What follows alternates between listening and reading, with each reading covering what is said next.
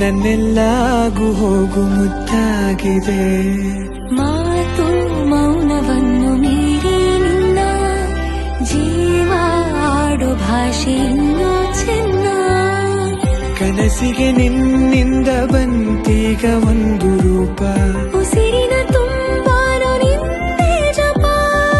ಏನಿದೆ ನನ್ನಲ್ಲಿ ನಿನ್ನ ವಿನಃ, ನೀಬೇಕು ಸನಿಹ. ಈಗ ರಾಷ್ಟ್ರೀಯ ವಿದ್ಯಾಲಯ ರಸ್ತೆಗೆ ತಲುಪಲಿದೆ.